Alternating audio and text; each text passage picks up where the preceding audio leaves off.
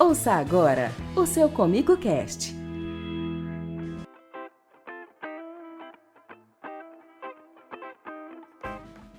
Olá, hoje é quinta-feira, são 17 horas e está no ar mais um episódio do Comigo Cast, o podcast da Comigo. Obrigado pela sua audiência, pela sua companhia. Eu sou Pedro Cabral. No episódio de hoje a gente fala sobre o manejo inicial da fase reprodutiva da soja. Por isso a gente recebe aqui no estúdio da Comigo o engenheiro agrônomo da Comigo, Rafael Duarte. Tudo bem, Rafael? Bom dia, Pedro. Olá. Tudo bem? Tudo bem. Rafael, eu queria que você começasse então contando um pouco sobre sua trajetória aqui na Comigo. Você já está há quase 9 anos aqui, né? Como é que foi? Isso. Eu já estou completando 9 anos, né, que faço parte do time da cooperativa Comigo. Trabalhei por um período em outra unidade, na unidade de Montes Claros de Goiás, e hoje atuo aqui na unidade de Rio Verde. Faz quanto tempo que você está aqui? Tem 2 anos que eu estou na unidade de Rio Verde, com a equipe de Rio Verde. Muito bom, Rafael. Então aí para quem já conhece o Rafael de Montes Claros está revendo, para quem de Rio Verde está vendo ele agora também no podcast. Isso aí. Rafael, vamos começar então agora já sobre esse assunto. Como é que é o controle de ferrugem nesse momento da fase reprodutiva? O que tem que ser analisado? Sobre as doenças de fim de ciclo também, o que você indica? Então, Pedro, o controle aí para doenças em geral, doenças final de ciclo, ferrugem especificamente, que é uma doença muito agressiva, né? Que quando se tem essa doença na área, o controle tem que ser com bastante cautela e com bastante eficiência. Uma doença que traz grandes prejuízos aí para o produtor. Então a gente recomenda sempre monitorar semanalmente, né, as áreas aí. Essa doença ela se destaca muito aí com épocas de temperatura baixa, com muita mais umidade, úmida, né? Isso, mais úmida, então ela tem um índice de proliferação muito intenso, né? Então a gente sempre recomenda fazer monitoramentos semanais para que a gente busque o controle dela e que ela não dissemine para outras áreas, outras regiões aí, tentando aí minimizar o máximo possível aí da contaminação, né, da disseminação dessa doença. Porque o controle para ela existe, funciona bem, né? Como é que é? Sim, o controle para ela funciona bem, tem vários produtos aí, várias moléculas aí no mercado com bastante eficiência no seu controle, e a gente sempre recomenda trabalhar com efetividade, com prevenção, né, para essa doença, para que a gente consiga ultrapassar aí esse período aí, caso tenha a doença aí com mais tranquilidade. Agora, Rafael, sobre o complexo de lagartas, a gente sabe que tem algumas que a soja tem resistência e outras não. Como é que é isso daí? Isso. Hoje nós temos algumas tecnologias chegando no mercado, né, Pedro? Uma delas que já está há bom tempo aí no mercado é a soja BT, né? Soja intacta.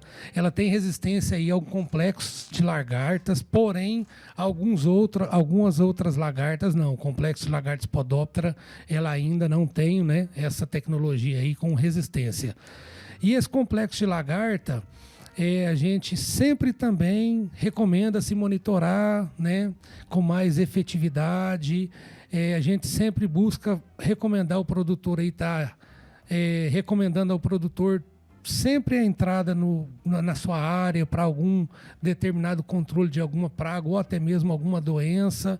Sempre está buscando aí já levar, né, o controle para essas lagartas aí, para que diminua, né, a pressão dessa lagarta, e saber muito, né, ter muita eficiência na identificação da lagarta, porque às vezes tem uma lagarta que está ali, porém sem muita importância pelo produtor, achando que não vai causar dano e acaba no final aí trazendo vários prejuízos. Principalmente no caso da Spodoptera, né, que já não tem resistência. Como é que teria que ser o controle dela nisso? Isso, as lagartas Spodopteras aí que não tem o controle, né, pela soja com tecnologia BT, a gente sempre recomenda fazer aí os inseticidas, né, que tem boas eficiências aí para o controle dessas lagartas aí.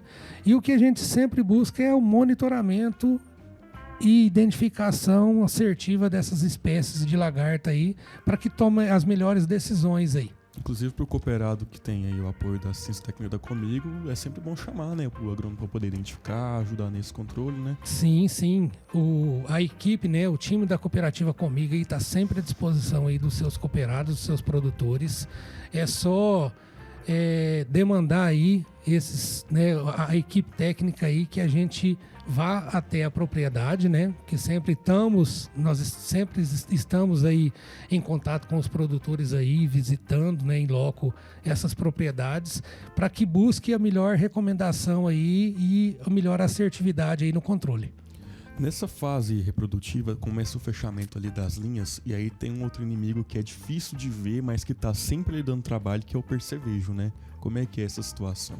Isso, Pedro. O percevejo é uma praga hoje que causa bastante dano, traz bastante prejuízos para os produtores, né?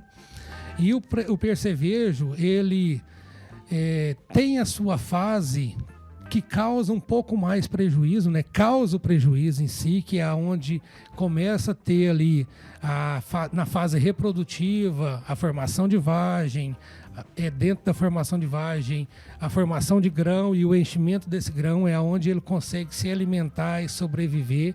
Porém, a gente tem a presença desses percevejos já na fase inicial da cultura, ali no estágio vegetativo, e a gente sempre busca monitorar e sempre busca fazer o controle já na fase vegetativa para a gente buscar diminuir a população desse percevejo, né? E, consequentemente, quando entrar na fase reprodutiva, que é o que você comentou, pega a linha ali já na entrelinha fechada, que às vezes tem uma dificuldade maior de penetração de produto e, consequentemente, né, uma dificuldade maior no controle desse percevejo, que a gente faça esse monitoramento, faça o controle aí desde a fase inicial no vegetativo, para que chegue na fase reprodutiva, tenha uma eficiência maior aí e uma menor população desse percevejo. Então é mais eficaz na fase vegetativa. Na reprodutiva vai ser realmente um pouco mais difícil, então. Sim, na fase reprodutiva sempre vai ser um pouco mais difícil pelos produtos. Até a gente tem bastante, né, moléculas aí para o controle dessa praga, desse percevejo. Porém, se a gente conseguir sempre antecipar aí a diminuição da população aí através das aplicações na fase vegetativa, nós vamos passar uma fase reprodutiva um pouco mais tranquila aí com a pressão desse inseto. Entendi. Rafael, agora outra situação é que, de agora para diante, possivelmente, o índice pluviométrico abaixa um pouco, né? As chuvas diminuem e a temperatura aumenta. Quem surge é a mosca branca, né? Que fica favorável nesse cenário. Como é que é? Isso. Esse ano, Pedro, tá um ano bem favorável aí para a presença aí dessa praga, né? De várias pragas, inclusive essa praga aí, que nós estamos aí começando um período bastante chuvoso, com umidade bastante alta, e a presença da mosca branca, ela se atrai muito por conta disso. Umidade baixa, né?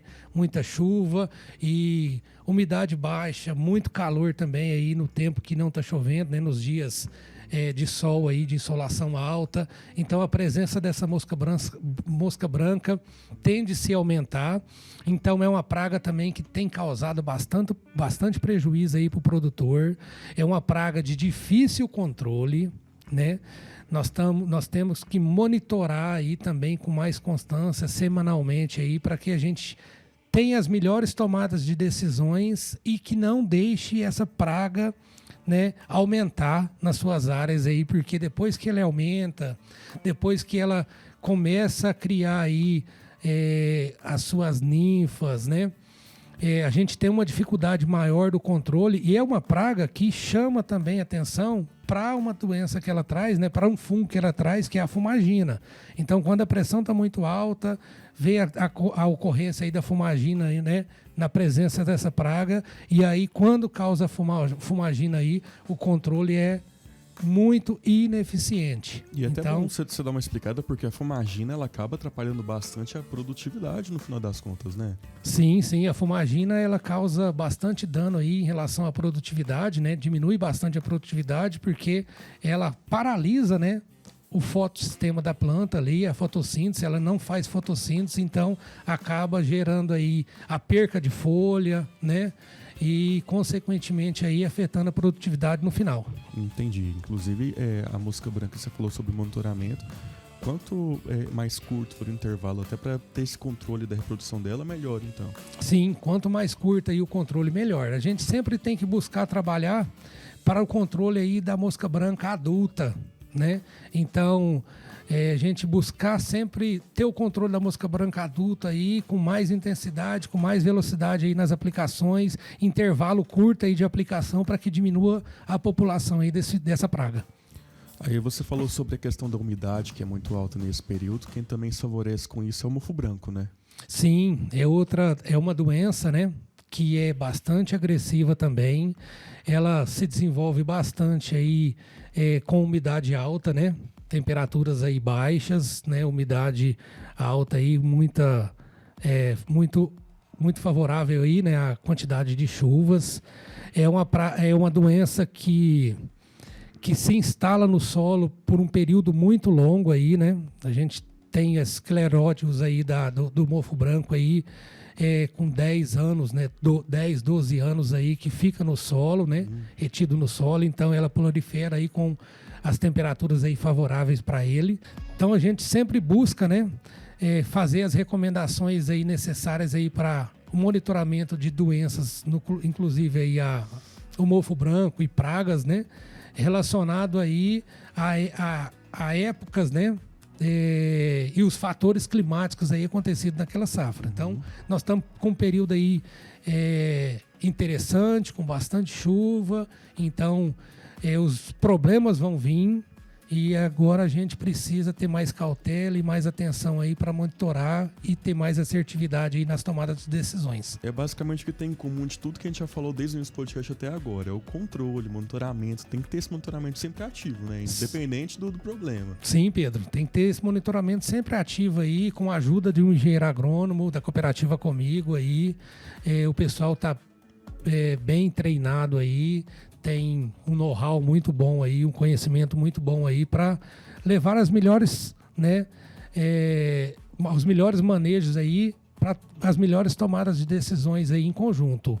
O engenheiro agrônomo da cooperativa Comigo com o agricultor. Rafael, a gente sabe que o controle das daninhas é interessante que se faça nos períodos anteriores, mas nessa época já de fase reprodutiva é importante saber se esse controle foi bem feito. Caso não tenha sido ali, ainda tem uma planta daninha na área, o que é a recomendação?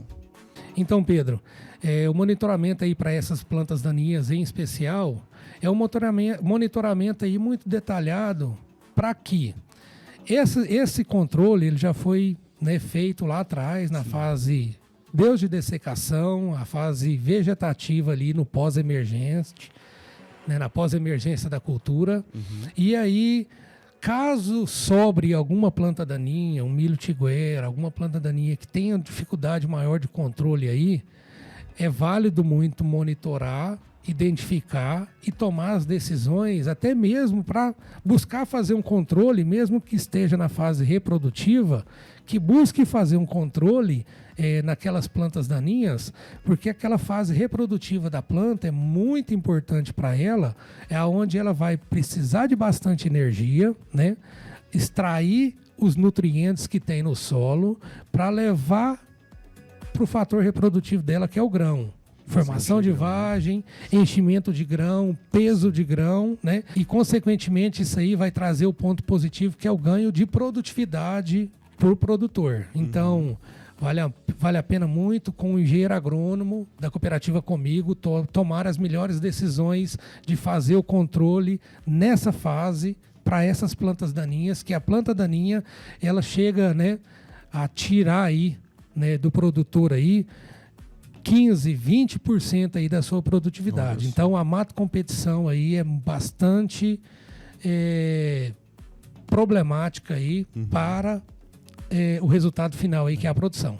O importante, então, mesmo se não tenha sido tão efetivo o controle no início, é fazer o controle mesmo na fase reprodutiva, né? Isso, mesmo não tendo efetividade no controle aí no pós-emergente, que foi a última entrada do produtor pensando em herbicida, né, para o controle dessas plantas daninhas, é que tome a melhor decisão com o engenheiro agrônomo, faça avaliação, estude aí a porcentagem de plantas daninhas que está presente ainda e tome as melhores decisões aí para não afetar aí na produtividade final. Entendi. A gente estava falando muito até então sobre as condições climáticas da região aqui, que são favoráveis a algumas doenças, a algumas pragas. E a gente sabe também que é muito comum que se tenha aqui na região o veranico. Passado o veranico ali, o produtor tem que ter algum cuidado com a aplicação, alguma coisa que ele possa fazer para poder recuperar essa situação? Então, a gente sempre, né, se depara com veranicos aí, no decorrer da safra, né, da cultura instalada, e esse veranico sempre se dá aí no mês de dezembro, janeiro, né? Então sempre é decorrente disso daí. E quando a gente se depara com um veranico desse, algumas tomadas de decisões têm que ser feitas, né? E uma delas é para tirar o máximo da planta aquele estresse que ela passou através do veranico. E alguns manejos adotados com aplicações aí de nutrição foliar, né? Macronutrientes, micronutrientes em geral aí.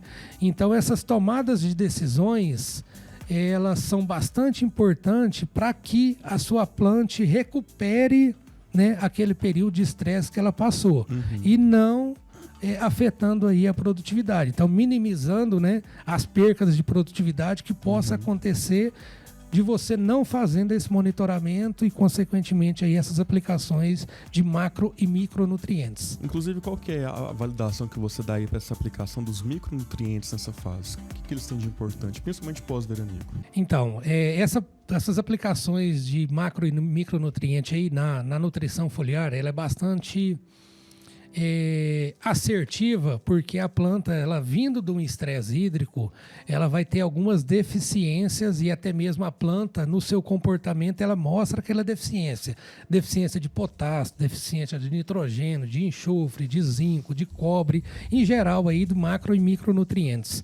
Então ela mostrando aí no seu comportamento fisiológico a deficiência naquele nutriente específico, você tem uma tomada de decisão mais assertiva. Então, vindo desse veranico, ela vai te mostrar o que ela está sentindo e você ter uma assertividade maior aí na decisão de qual elemento você levar para ela aí para suprir a necessidade daquela planta naqueles momentos. Tem que analisar, né? Pode ser cálcio, boro também, como é que é? Sim, cálcio, dois elementos aí muito importantes, né? Cálcio, boro, são nutrientes aí fundamentais para a fase reprodutiva da planta, né? Especificamente boro aí também, onde ajuda no pegamento, né? De flores. Então tem seus pontos positivos aí para que levar esses nutrientes específicos aí para as plantas, mas é o que você comentou e detalhar bem, é que faça o monitoramento, que a planta ela sempre te responde a necessidade que ela tá tendo aí em relação à nutrição. Dá para estimar mais ou menos quantos % de ganho de produtividade dá para ter com essa aplicação já na fase reprodutiva? Pedro, a gente dá para você mensurar aí, podemos chegar aí até 8% aí, de ganho, né, de produtividade aí, com as nutrições certas, nos tempos certos aí, para suprir a necessidade da cultura. É exatamente isso, né, Rafael? Porque a gente já tem uma planta num tamanho já maior, então a aplicação ela tem que ter o timing correto e até mesmo as pontas de aplicação mais bem dimensionadas para isso, né? Isso, Pedro. A tecnologia de aplicação é muito importante para a gente levar, né, o melhor produto. Nós temos o melhor produto, temos a melhor ferramenta na mão, porém, às vezes a tecnologia de aplicação nos deixa a desejar. Então, precisamos muito de ter uma eficiência, uma tecnologia muito boa de aplicação, as pontas corretas, o volume de aplicação correto, né, para a gente ter sucesso aí na aplicação de qualquer produto em si, tanto fungicida, inseticida, a parte de nutrição. Então, tendo uma tecnologia de aplicação eficiente, nós vamos ter um resultado aí superior e com Desculpa. Faz toda a diferença ali, né, Rafael? Isso, então tendo as pontas exatas, nós vamos ter aí uma tecnologia e uma aplicação eficiente aí para levar o controle aí, ou até mesmo, né, a disponibilidade de nutrição aí para a planta. É isso, Rafael. Acho que a gente já está dando bastante orientação aí válida para o cooperado. Agora é mais ele falar com o seu próprio engenheiro agrônomo ali da área. Eu queria que você deixasse então suas considerações finais sobre esse assunto. O que mais que você acha que tem que ser feito nesse ano agrícola aí? O que são as peculiaridades desse ano?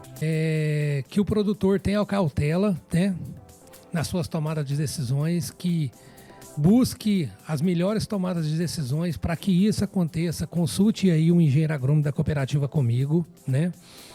Que a gente consiga levar melhores tecnologias para esse produtor, para que a gente colha os resultados no final, porque a gente tem as melhores genéticas para os materiais, o que a gente consiga agregar nessa genética aí boas produções através dos monitoramentos, através das tomadas de decisões, através da menor perca possível por algum intempéries aí relacionado, né, a doença, a praga, a plantas daninhas, e que a gente aí tenha sucesso aí nessa próxima safra.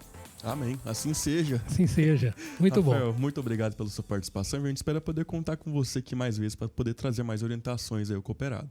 Obrigado, Pedro. Eu que agradeço aí pela oportunidade aí. Conte com o time da cooperativa comigo aí. É isso aí. Esse foi mais um episódio do Comigo Cast, o podcast da Cooperativa Comigo, que é uma produção da Assessoria de Comunicação da Comigo, sob a coordenação de Willard Freitas. O episódio de hoje foi dirigido pelo analista de comunicação da Comigo, Samir Machado. Você confere todas as novidades da Comigo, todas as informações, além dos outros episódios do Comigo Cast, nas nossas redes sociais. Basta seguir @Cooperativa Comigo, ou ainda pelo nosso site, comigo.coop.br. Eu te vejo no próximo episódio do Comigo Cast. Até a próxima. Tchau!